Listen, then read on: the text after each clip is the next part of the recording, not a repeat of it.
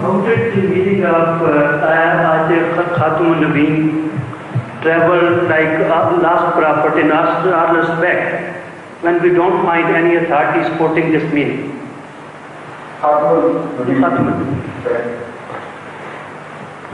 The word Khatun is also a reflection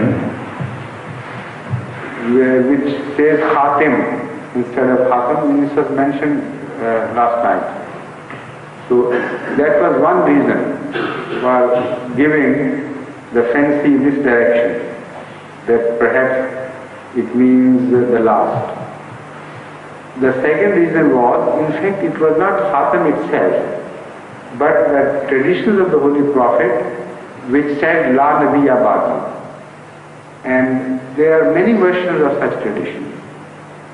The Arabs have their main support from those traditions and give it a meaning closer to the meaning they understand from La Nabiya Ba'di. So that is the main reason why it happened. And the third is given by the Holy Quran itself.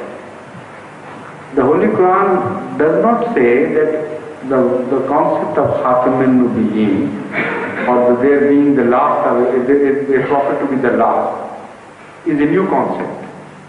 The Holy Quran points out that it is a psychological phenomena which has always been present in the history of religion. So the Holy Quran mentions it twice as a psychological process for the denial of prophethood.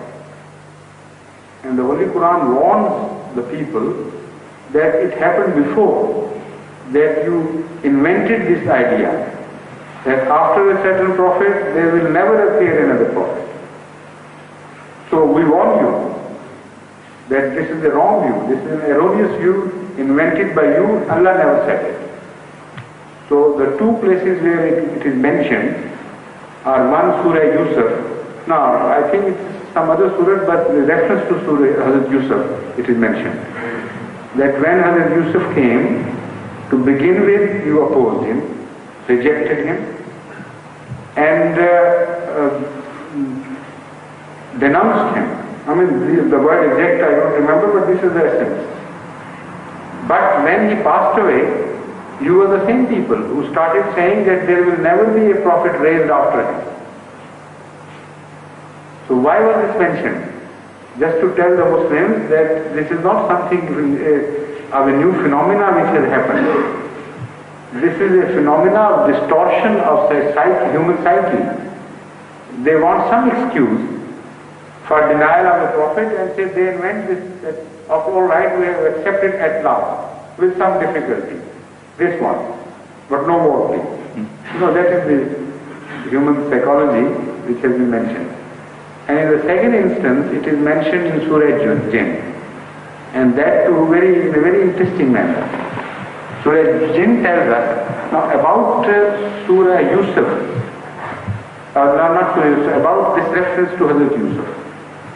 The Maulvis of today could take this stance that it was only a historical reference after the appearance of Hazrat Muhammad Mustafa sallallahu alaihi wasallam. There was no need for further reference to this, because this time now a final prophet in time had actually come.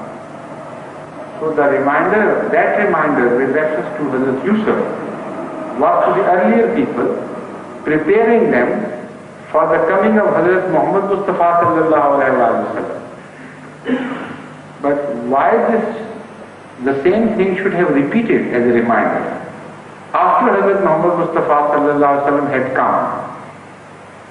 So now I am referring to the second part, which appears in Surah Jinn.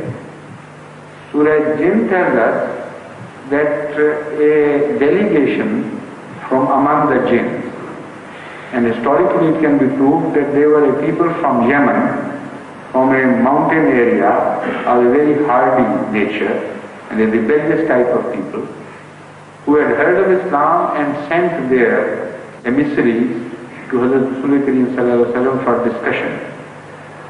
So Hazrat Akram sallallahu alaihi wasallam took the best part of a day, or let's say a bit more. Instead, in fact, they stayed the night over in the vicinity of Mecca. Medina. Was it Medina or Mecca?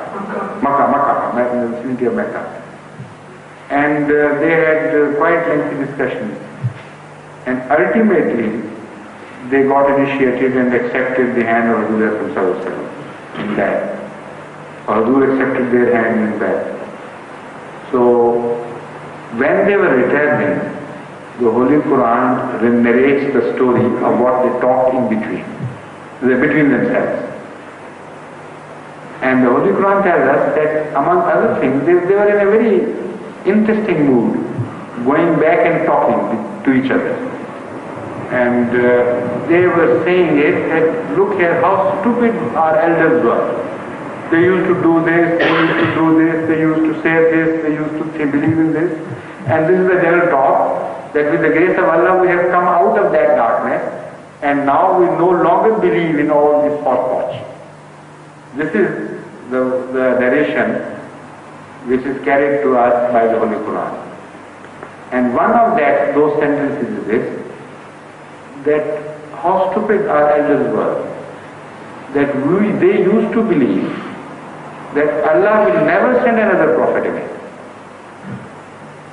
So that shows that this reminder was made to those who accepted back of Hazrat Muhammad Mustafa Sallallahu Alaihi Wasallam. For what purpose? For the same purpose that to give this message to Ummah. That till the time of Hazrat Muhammad Mustafa Sallallahu Alaihi Wasallam, this concept was considered to be a stupid concept. And the Holy Quran mentions it as a stupid concept. And suddenly it becomes the most acceptable concept to you, the most highly respectable concept to you. Why this somersault? And why this shift, fundamental shift from the time of Hazrat Muhammad Mustafa Sallallahu Alaihi Wasallam? So when they say this was a stupid thing, all our elders to believe that Allah would never send a prophet again, that was held valid, that argument, at the time of Huzur. Otherwise the Holy Quran shouldn't have recorded it. So a valid argument against this concept is rejected by the very Ummah who was warned about it.